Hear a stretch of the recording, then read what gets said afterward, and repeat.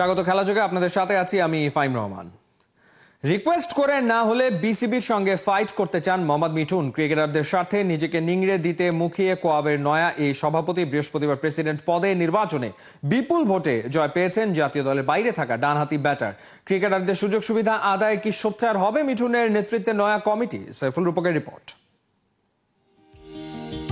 3 ফরম্যাটেই দেশকে প্রতিনিধিত্ব করেছেন। 1.5 দশক ধরে ঘরোয়া ক্রিকেট মাতাচ্ছেন অ্যাক্টিভ ক্রিকেটার মোহাম্মদ মিঠুন দেশের ক্রিকেটারদের অভিভাবক বনে গেছেন। ক্রিকেটারদের স্বার্থ রক্ষা ও আদায়ের সংগঠন cricketers welfare association of Bangladesh কোয়াবের নির্বাচনকে কেন্দ্র করে সকাল থেকেই মিরপুরের শেরেবাংলায় উৎসবের আমেজ। সাবেক ও বর্তমান তারকারা একাট্টা, উঠতিদেরও আনাগোনা। কোয়াবের ইলেকশন নয়, যেন ক্রিকেটারদের কার্নিভাল। ভোটার হয়েছেন 215, ভোট দিয়েছেন 190 জন, বাতিল হয় 2 ভোট। সভাপতি পদে সেলিম শাহেদের বিপক্ষে 188 ভোটের মধ্যে 154 ভোট পেয়ে কোয়াবের প্রথম নির্বাচিত সভাপতি হলেন মোহাম্মদ মিঠুন। ন্যাশনাল টিমের আশেপাশে যে ঘটনাগুলো ঘটে এইগুলো সম্পর্কে আমি অবগত। এই সমস্যাগুলো সমাধান আমি করতে পারবো, বাট নিচে অনেক জায়গা আছে যে এই সমস্যাগুলো আমরা এখনো জানি না। কারণ আমরা ধরেন আমরা আমাদের জায়গা থেকে সমস্যা ফিল করতেছি, বাট নিচে আরও বেশি সমস্যা আছে। তো সেই জিনিসগুলো জানাটাও আমাদের জন্য প্রয়োজন। তো সেই জন্য আমাদের প্রত্যেকটা সেক্টরে আমরা প্ল্যান করেছি আমাদের প্রতিনিধি থাকবে, যেন ওই সেক্টর থেকে আমাদেরকে ইনফর্ম করতে পারে এবং আমরা ওই জায়গাগুলো নিয়ে কাজ করতে পারি। দীর্ঘদিন কোয়াবের সভাপতি ছিলেন বিসিবির পরিচালক পদে থাকা নাইমুর রহমান দুর্জয়। সে সময় ক্রিকেটাররা নানা দাবি তুলে অভিযোগ করেও সুযোগ সুবিধা পায়নি। বলা যায় আগের কমিটির সময় বঞ্চিত হয়েছিলেন খেলোয়াড়রা। মিঠুনের নেতৃত্বে নয়া কমিটি কি সবার মুখে হাসি ফোটাতে পারবে? ক্রিকেটাররা বিসিবি ক্রিকেটারদের এটা একটা ফ্যামিলি, এখানে কোনো গ্যাপ থাকা উচিত না। এখানে আমরা বিসিবি আমাদের গার্জিয়ান, আমরা যে কোনো দাবি আমাদের গার্জিয়ানের কাছে জানা দিতেই পারি। একটা জিনিস দুইভাবে আদায় করা যায়, একটা হচ্ছে রিকোয়েস্ট করে সুন্দরভাবে প্রেজেন্ট করে আদায় করা যায়, আরেকটা জিনিস হচ্ছে ফাইট করে। আমরা ডেফিনেটলি চেষ্টা করব তাদের সাথে সুন্দর একটা সমঝোতার মধ্যে সব কিছু সমাধান করা। এরপরে যদি না হয়, আলটিমেটলি আমি যেহেতু প্লেয়ারদের স্বার্থে এসেছি, প্লেয়ারদের পক্ষে আমার কথা বলতে হবে। তাতে যদি বোর্ডে যদি কেউ অখুশি হয়, সেটা তো আমার কিছু করার নেই, কারণ আমার বর্তমান প্লেয়ারদের প্রতিনিধি হিসেবে যেহেতু এসেছি, আমার তাদের স্বার্থটাই আগে দেখতে হবে। কোয়াবের নির্বাচনের দিনে আলাদাভাবে স্পটলাইট করে আমিনুল ইসলাম বুলবুল ও তামিম ইকবালের এই মুহূর্তগুলো। দুজনই অক্টোবরে বিসিবির ইলেকশন করছেন। সভাপতি পদে লড়াইটা হবে তাদের মাঝে। বিসিবির বড় পদে মিঠুনের পছন্দ কে? আমরা তাদেরকেই সাপোর্ট করব যারা আমাদের পাশে থাকবে। এটা খুব স্বাভাবিক। এখানে কে ক্যান্ডিডেট সেটা আমাদের জন্য ইম্পর্টেন্ট না। ইম্পর্টেন্ট হচ্ছে আমরা কতটুকু বেনিফিটেড হচ্ছি, কার দ্বারা প্লেয়াররা বেনিফিটেড হবে, সেই জিনিসটা আমাদের কাছে বেশি ইম্পর্টেন্ট। মোহাম্মদ মিঠুনের কমিটিতে বিনা প্রতিদ্বন্দ্বিতায় সিনিয়র সহসভাপতি হয়েছেন শাহরিয়ার হোসেন বিদ্যুৎ। সহসভাপতির পোস্টে আছেন নুরুল হাসান সোহান। সাইফুল রূপক, ৭১। নীতি নির্ধারণে রানিং ক্রিকেটাররাই পারবে সঠিক সিদ্ধান্ত নিতে। কোয়াবের চেয়ে ক্রিকেটারদের ফ্যাসিলিটিস নিশ্চিতে দায়িত্ব বেশি বিসিবির, এমনটাই জানিয়েছেন তামিম ইকবাল। কোয়াবের নির্বাচনে ভোট দিয়ে ক্রিকেট প্রশাসন আর দর্শন দুটো নিয়েই নিজের ধারণার আঁচ দেখিয়েছেন সাবেক এই অধিনায়ক। বিস্তারিত পার্থবণিকের রিপোর্টে।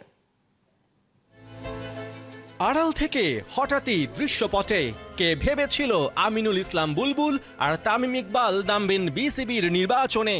বাংলাদেশ ক্রিকেটের অভিভাবক হতে দুজনের লড়াইয়ে কে জয়ী হবে তা জানার এখনো বাকি 1 মাস। তবে তার আগে দুজনের একসাথে এই হাঁটা আর হাসি মুখে খুশ গল্পে মেতে ওঠা বাংলাদেশের যে কোনো সেক্টরের নির্বাচনী সংস্কৃতিতে দৃষ্টান্তই বলা চলে। কোয়াবের নির্বাচনে এভাবেই একসাথে ভোট দিয়েছেন বাংলাদেশ জাতীয় ক্রিকেট দলের সাবেক 2 অধিনায়ক তামিম আর বুলবুল। গুঞ্জন ছিল তামিম কোয়াবের নির্বাচনে শুধু ভোটই দেবেন না, বরং সভাপতি পদেও লড়বেন, কিন্তু শেষমেশ তা হয়নি। মোহাম্মদ মিঠুন আর সেলিম শাহেদের মধ্যেই সীমাবদ্ধ থাকে এই লড়াই। বিসিবি কিংবা কোয়াব কোনো নির্বাচনেই যা আগে হয়নি তাই এবার হয়ে গেল আর হতে যাচ্ছে। সাবেক কিংবা বয়স্ক ক্রিকেটার বা সংগঠকরা নন, বরং রানিং ক্রিকেটাররাই নির্বাচন করছেন। প্লেয়িং ক্যারিয়ার ছাড়ার আগে কেন কোয়াবে নির্বাচন করলেন মোহাম্মদ মিঠুন সেটা পরিষ্কার করেছেন তামিম। তবে সেখানে প্রচ্ছন্ন উত্তর ছিল তার ব্যাপারেও, কেন তিনি বিসিবি নির্বাচন করছেন ঘরোয়া ক্রিকেটকে বিদায় না বলেই। কোয়াবের 95% কাজ কিন্তু রানিং ক্রিকেটারদেরকে নিয়ে, বিকজ ধরেন কেউ যদি পেমেন্টের কোনো ইস্যু হয়, কোনো প্লেয়ারের যদি ফ্যাসিলিটিসের ইস্যু হয়, এটাগুলো কিন্তু হবে কারেন্ট ক্রিকেটারদেরকে নিয়ে। তো কারেন্ট ক্রিকেটারদের মধ্যে যদি দাঁড়ায় তাহলে এটা সবচেয়ে ভালো, বিকজ ওরা সুযোগ সুবিধা কি হচ্ছে, কি কষ্ট পাচ্ছে, তারা এটা তাদের চেয়ে ভালো কেউ বুঝতে পারবে না। সো ওদের মাঝখান থেকে যদি প্রেসিডেন্ট হয় বা কমিটি হয়, আমি এটাকে খুবই ভালোভাবে দেখি। কোয়াবের সাথে বিসিবির সম্পর্কটা বাংলাদেশের ক্রিকেট ইতিহাসে কোনো স্বাস্থ্যকর জায়গায় আজ পর্যন্ত যেতে পারেনি। কোয়াবের কাজের পরিধি নিয়ে প্রশ্ন করা হলে তামিম পরোক্ষ উত্তরে পরিষ্কার করেছেন তিনি বিসিবিতে গেলে কোয়াব আর বিসিবির সম্পর্ক যে জায়গাটায় নিতে চান। আমার তো মনে হয় আল্লাহ ওদের যেরকম কোনো কাজই না থাকে, যদি ক্রিকেট বোর্ড প্লেয়ারদেরকে লুক আফটার করে, তাদের টাকা পয়সা সব কিছুর দিক থেকে যদি লুক আফটার করে, তো তাদের তো কোনো কাজ করার উচিত না, বিকজ কি নিয়ে কমপ্লেন করতেছে। আমার মনে হয় যে ওদের চেয়ে বেশি ক্রিকেট বোর্ডের দায়িত্ব যে ওদেরকে সব ধরনের ফ্যাসিলিটিস দেওয়া হোক, যেটা ওদের রাইটস আর যেটার জন্য ওরা মানে যোগ্য। সো এই জিনিসগুলো যদি ক্রিকেট বোর্ড সব কিছু ঠিকভাবে করে, কোয়াবের তো কোনো কিছু কমপ্লেনই করা থাকবে না। কোয়াবের নির্বাচনে মোহাম্মদ মিঠুনের সামনে এখন 2 বছরের সময়। কি থাকবে তার প্রায়োরিটি লিস্টে সেটা সতীর্থ হিসেবে জানিয়ে গেছেন তামিম ইকবাল। এখানে অনেক কিছু আছে যেটা নিয়ে হয়তোবা কোয়েশ্চেন্স থাকতে পারে, হয়তোবা এটা হইতে পারে যেটা এমন হইতে পারতো বা এমন হইতে পারতো, বাট আমাদের যে মেইন ইচ্ছাটা ছিল আগে ইলেকশনটা হয়ে যাক, কমিটিটা হয়ে যাক, তারপর তাদের কাছে 2টা বছর সময় থাকবে, এর মধ্যে সব কিছু যেরকম সিস্টেম্যাটিকভাবে করে ফেলা যায়। পার্থ বণিক, 71। কথা দিয়ে কথা রেখেছে বাংলাদেশ হকি দল। তড়ি ঘড়ি করে এশিয়া কাপে অংশ নিতে যাওয়ার আগে বিশ্বকাপ বাছাইয়ে জায়গা পাওয়ার প্রত্যয় ছিল। কাজাখস্তানকে উড়িয়ে দিয়ে বিশ্বকাপ বাছাইয়ে জায়গা পাকা করেছে রোমান আশরাফুলরা। জিতলেই জায়গা হবে বিশ্বকাপ বাছাইয়ে, এমন সমীকরণ নিয়ে এশিয়া কাপ হকিতে বিহার স্পোর্টস ইউনিভার্সিটি হকি স্টেডিয়ামে কাজাখস্তানের মুখোমুখি হয়েছিল বাংলাদেশ। জিততে দৃঢ় প্রত্যয় দলটা শুরু থেকেই চালায় একের পর এক অ্যাটাক। কাজাকরা বাংলাদেশকে আটকে রাখতে পেরেছিল মোটে 9 মিনিট। এরপরই খোলে গোলের দরজা। প্রথম কোয়ার্টারে একটা, দ্বিতীয় এবং তৃতীয় কোয়ার্টারে 2টা করে গোল করে বাংলাদেশ। 34 মিনিটে এগিয়ে যায় 5-0 গোলে। 37 মিনিটে কাজাখস্তান 1 গোল পরিশোধ করে। বাকি সময় কোনো দল গোল না পাওয়ায় বাংলাদেশ পায় 5-1 গোলের জয়। এই জয় টুর্নামেন্টে 6ষ্ঠ স্থান নিশ্চিত করেছে বাংলাদেশ। শেষ ম্যাচে জাপানকে হারাতে পারলে হকি দল টুর্নামেন্ট শেষ করতে পারবে 5ম স্থানে থেকে।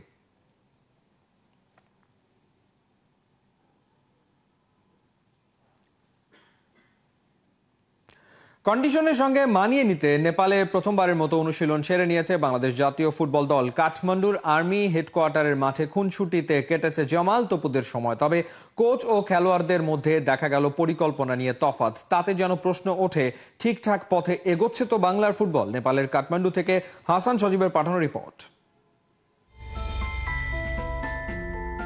নেপালের কাঠমান্ডু শহর, ঘড়িতে সময় বিকাল 5টা। অফিসের ব্যস্ততা শেষে বাড়ির পথে ফিরছে মানুষ, কিন্তু তীব্র যানজট অসহনীয় করে তোলে তাদের পথ চলা। সেই সঙ্গে শুরু হয় বৃষ্টি। এমন অবস্থায় শঙ্কা জাগে, তবে কি ঠিক সময়ে প্র্যাকটিস ভেন্যুতে পৌঁছাতে পারবে জামাল তপুরা, নাকি দ্বিতীয় দিনটাও হবে মাটি? না, সেটা হয়নি। তীব্র যানজট ঠেলে কাঠমান্ডুর আর্মি হেডকোয়ার্টারের মাঠে পৌঁছায় লাল সবুজেরা। নয়নাভিরাম মাঠে জামালদের প্রথম অনুশীলন সেশনটা কেটেছে খুনসুটিতে। দলে নেই হামজা চৌধুরী, সমিত সোমদের মতো তারকারা। অবশ্য তাতে টেনশনের কিছু দেখছেন না হেড কোচ হাভিয়ের কাবরেরা। ওদের ছাড়া নেপালে এসে লাল সবুজদের লক্ষ্যটা কি থাকবে? Again, the main objective here is to prepare as much as possible, as good as possible for the matches in Hong Kong, but we always face any match with the objective of winning. কোচের প্ল্যানের সঙ্গে যেন মিল পাওয়া গেল না খেলোয়াড়দের গোলটা। আমরা প্রশ্ন করেছিলাম নেপালে বাংলাদেশ দল কেন এসেছে, তাদের লক্ষ্যটা কি। কোচ হাভিয়ার কাবরেরা বলছেন এক কথা, প্লেয়াররা বলছেন আরেক কথা। কোচ যেমনটা বললেন যে আপনাদের এখানে রেজাল্টের চাইতে হচ্ছে প্রস্তুতিটা হংকং ম্যাচকে ঘিরে। আপনি আসলে কোনটা প্রত্যাশা করছেন, একটা রেজাল্ট নাকি ভালো মতো প্রস্তুতি? এবং বলা হচ্ছে নেপাল এবং হংকংয়ের যে খেলার ধরন অনেকটা মিল রয়েছে। না, অবশ্যই আমাদের তো টার্গেট অবশ্যই উইনিং।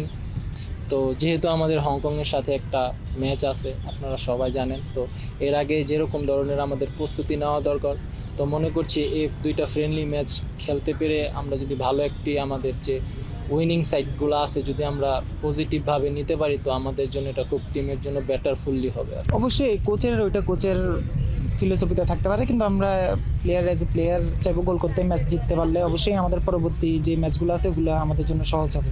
অবশ্যই চাইবো ম্যাচটা জেতার জন্য। এই যখন হাল, তখন আরেক সমস্যার নাম প্র্যাকটিস ভেন্যু। মনোমুগ্ধকর পরিবেশে অনুশীলন সারলেও লাল সবুজদের মনে তৈরি হয়েছে আক্ষেপ। ম্যাচ ভেন্যুতে নেপাল প্র্যাকটিস করতে পারলেও করতে পারেনি বাংলা। প্রথম দিন এখানে আমরা স্টেডিয়ামে প্র্যাকটিস করতে পারলে অবশ্যই আমাদের ভালো লাগতো, স্টেডিয়াম সম্পর্কে জানতে পারতাম, গ্রাউন্ড সম্পর্কে জানতে পারতাম। যেহেতু করতে পারতেছে না, এটা তো অবশ্যই খারাপ লাগতেছে। ওদের জন্য তো একটা অ্যাডভান্টেজ হলো, হোম অ্যাডভান্টেজটা নিল আর কি ওরা। প্র্যাকটিসে কোচ হাভিয়ের কাবরেরা এবং প্লেয়ারদের মধ্যে যেমন দূরত্ব রয়েছে, তেমনি চিন্তা ভাবনাতেও দূরত্ব রয়েছে। কোচ এক কথা বলছেন, প্লেয়ার আরেক কথা বলছেন। তাতেই বোঝা যায় বাংলাদেশের আসলে সুনির্দিষ্ট কোনো গোল নেই। আর এই গোল না থাকার কারণে কিন্তু দিনের পর দিন বাংলাদেশ ফুটবলে দর্শকদের যে চাওয়া পাওয়া সেটা পূরণ করতে পারছে না। হাসান সজীব, ৭১, কাঠমান্ডু, নেপাল। ক্যালেন্ডারের পাতা গুনে ফুরিয়ে এলো সময়। ওয়ার্ল্ড কাপ কোয়ালিফায়ারের শেষ হোম ম্যাচে মাঠে নামছে আর্জেন্টিনা। আলবিসেলেস্তেদের লড়াই ভেনিজুয়েলার বিপক্ষে বুয়েনোস এইরেসে মনুমেন্টালে। বাংলাদেশ সময় ভোর 5:30টায় নামবে লিওনেল মেসি বাহিনী। খালিদ জামিলের preview report. Lionel with Lionel, total chill mood, কোনো চাপ নাই। কনমেবল থেকে বিশ্বকাপ কোয়ালিফাই করে ফেলেছে সবার আগেই, তাই ভেনেজুয়েলার বিপক্ষে ম্যাচটা আর্জেন্টিনার জন্য নিয়ম রক্ষারই বটে। কিন্তু যদি বলা হয় রিভার প্লেটের এই মাঠ মাস মনুমেন্টালেই ঘটতে চলেছে বিশেষ কিছু। স্টেডিয়ামের ধারণ ক্ষমতা 85,000, তবে এবারে বিশেষ ব্যবস্থাপনায় গ্যালারির দর্শক সংখ্যা বেড়ে দাঁড়াতে পারে 1 লাখে। কারণ আলবিসেলেস্তের হোম কিটে, হোম গ্রাউন্ডে এটাই হয়তো লিভিং লিজেন্ড মেসির শেষ match, the last dance. Fanbase নিয়ে ফেলেছে শেষ মুহূর্তের প্রস্তুতি। কনমেবল অঞ্চলের বাছাইয়ে সর্বকালের সর্বোচ্চ গোল স্কোরারকে গ্যালারি থেকেই জানানো হবে ওভেশন। ম্যাচের ফলাফল নিয়ে তেমন চিন্তাই নেই কারো। এই মুহূর্তে 10 পয়েন্টের ক্লিয়ারেন্স নিয়ে আছে টেবিলের টপে। 7 নম্বর দল ভেনেজুয়েলার বিপক্ষে ওরাই ফেভারিট। যদিও ম্যাচটা জিততে পারলে প্রথমবার ওয়ার্ল্ড কাপে যাওয়ার আশা টিকে থাকবে ভেনেজুয়েলার, তাই মরণ কামড় দেওয়ার চেষ্টা তো ওদের কাউন্টার অ্যাটাক ট্যাকটিক্সে থাকবেই। মেসির জন্য ম্যাচটা বিশেষ, তবে তার মতো গ্লোবাল সুপারস্টারের সম্ভাব্য শেষ হোম ম্যাচটা তো সারা দুনিয়ার জন্যই অন্যরকম এক উপলক্ষ। তাই হেড কোচ লিওনেল স্কালোনি দারুণ একটা জয় চান শিষ্যদের কাছে। বছর 3 আগে ওয়ার্ল্ড কাপ ফাইনালে যে ব্যাকলাইন নিয়ে নেমেছিলেন, এই ম্যাচেও থাকছে সেটাই, অর্থাৎ বাজ পাখি এমিলিয়ানো মার্টিনেজের ওপরে থাকছেন টাগলিয়াফিকো, ওতামেন্দি, রোমেরো আর রাইট ব্যাকে মলিনা। 4-3-3 ফরমেশনে আলবিসেলেস্তেদের মিডফিল্ডে এনজো ফার্নান্দেজ আর্জেন্টিনার হয়ে পরের 2 ম্যাচের একটাও খেলতে পারছেন না সাসপেনশনের কারণে। অ্যালেক্সিস ম্যাক অ্যালিস্টার বিমান মিস করেছিলেন দলের সাথে, তাই 2টো ট্রেনিং সেশনও মিস করেছেন। তবে মূল ম্যাচে দেখা যাবে স্টার্টিং 11-এই। আর্জেন্টিনা দলটা নিজেদের সব প্রতিযোগিতা মিলিয়ে গেল 5 লড়াইয়ে আনবিটেন, যেখানে জয় 4টা। সবশেষ ওরা হেরেছে গেল বছরের নভেম্বরে প্যারাগুয়ের বিপক্ষে। আর ভেনেজুয়েলার বিপক্ষে শেষ 5 দেখায় 4টিতেই জিতেছে আলবিসেলেস্তেরা। শেষ ম্যাচটাই কেবল ড্র করেছে তারা। এবারে কনমেবল কোয়ালিফায়ারে সবচেয়ে এফিশিয়েন্ট গোল স্কোরারদের পেয়েছে আর্জেন্টিনা, তাই 16 ম্যাচে 28 গোল। তার মানে ম্যাচ প্রতি ডিফেন্ডিং চ্যাম্পিয়নদের গোল 1.75। হোম গ্রাউন্ডে সেটা বেড়ে দাঁড়ায় 2.12। তবে ভেনেজুয়েলার বিপক্ষে আর্জেন্টিনা 12 হোম ম্যাচে করেছে 44 গোল, ম্যাচ প্রতি 3.5-এর বেশি। সেই সাথে শেষ 5 হোম ম্যাচের 3টিতেই অর্থাৎ 60% ক্ষেত্রে 2 গোলের বেশি প্রডিউস করেছে। বলাই যায় নেক্সট ম্যাচে অতিথিদের ডমিনেট করতে চলেছে আলবিসেলেস্তেরা। লিওনেল মেসির সাথে এই ম্যাচে প্রতিপক্ষের ডিফেন্স লাইনের দফারফা করতে পারেন আতলেটিকো মাদ্রিদের centre forward Julian Alvarez. Recently দারুণ ফর্মে আছেন, গেল 5 ম্যাচেই 3 গোল। মনে রাখতে হবে বিশ্বকাপেই 7 ম্যাচ খেলে এই সেন্টার ফরওয়ার্ডের আছে 1 হালি গোল। গ্যালারি থেকে মাঠ, ওরা সবাই মিলেই রাঙাতে চায় লিওনেল মেসির দ্য লাস্ট ড্যান্স। 1 লাখ সমর্থকের উপস্থিতিতে সেটা কতটা সার্থক হয়ে ওঠে বুয়েনোস এইরেসে, সেটাই এবারে দেখার অপেক্ষা। খালিদ জামিল, ৭১। অ্যাঞ্চেলোত্তির অধীনে নয়া ব্রাজিলের সামনে ওয়ার্ল্ড কাপ কোয়ালিফায়ারে চ্যালেঞ্জের নাম চিলি। শুক্রবার ভোর 6:30টায় ঘরের মাঠ মারাকানাতে দলটাকে আতিথেয়তা দেবে সেলেসাওরা। স্কোয়াডে রিয়ালের ভিনি রদ্রিগোকে না রেখে চমক জাগানো ডন কার্লো এঁকেছেন নতুন প্ল্যান। চান স্কোয়াডের ফুটবলারদের বিশ্বকাপের আগেই বাজিয়ে দেখতে। বিস্তারিত রায়ান আহমেদের রিপোর্ট। পাঁচবারের বিশ্ব চ্যাম্পিয়ন দলটা 2026 বিশ্বকাপের টিকিট কেটেছে আগেই। আর সেলেসাওদের নয়া কোচ তো কার্লো আনচেলোত্তি। মাঠের অভিজ্ঞ জেনারেল জানেন তার সোলজারদের ব্যাটল রেডি থাকার গুরুত্ব। বিশ্বকাপের আগে সেলেসাও বাহিনীর সবাইকেই যেন বাজিয়ে দেখার ইরাদা তার। বিশ্বকাপ বাছাই পর্বের ম্যাচ ঘরের মাঠে শুক্রবার ভোর 6:30টায় ব্র্যান্ড নিউ ব্রাজিল নামবে চিলির বিপক্ষে নিজেদের শক্তিমত্তা যাচাইয়ের পরীক্ষায়। মূল পর্ব নিশ্চিত করলেও বেশ ধুঁকতে হয়েছে ব্রাজিলকে। নয়া কোচ আনচেলোত্তি তাই সব খোল নলচে যেন বদলে দিতে চাইলেন। তাই স্কোয়াডে দেখা মিলল না নেইমার, ভিনিসিয়াস আর রদ্রিগোর মতো সুপারস্টারদের। নেইমারের ফিটনেস ইস্যু নিয়ে আগেই ছিল সন্দেহ, তাই তার নাম না পাওয়াটা অবাক করেনি কাউকে। যদিও ডন কার্লো জানিয়েছেন ফিটনেস নয়, বরং ট্যাকটিক্যাল কারণে দলে ডাক পাননি তিনি। কিন্তু স্কোয়াডে ভিনি, রদ্রিগোর নাম না থাকা প্রশ্ন তোলে ফ্যানদের মনে। তবে কি রিয়ালের ফুটবলার বলেই লস ব্লাঙ্কোদের সাবেক এই কোচের ব্ল্যাকলিস্টে এই দুই ফরওয়ার্ড? আসল ঘটনা ভিন্ন। ডাবল ইয়েলো কার্ডের সাসপেনশন থাকায় চিলির বিপক্ষে খেলতে পারবেন না ভিনিসিয়াস জুনিয়র। এক ম্যাচের জন্য এতটা ট্রাভেল না করে রেস্ট করলেই মঙ্গল, এমনটা বিবেচনায় এই রিয়াল ফরওয়ার্ডকে দলে ডাকেননি ডন কার্লো। বাকি ছিল রদ্রিগো, তার ডাক না পাওয়া অবাক করেছে ফ্যানদের। ভিনি কিংবা রদ্রিগো দুজনকেই রিয়ালের সময়টা থেকে বেশ ভালো করে চেনেন ডন কার্লো।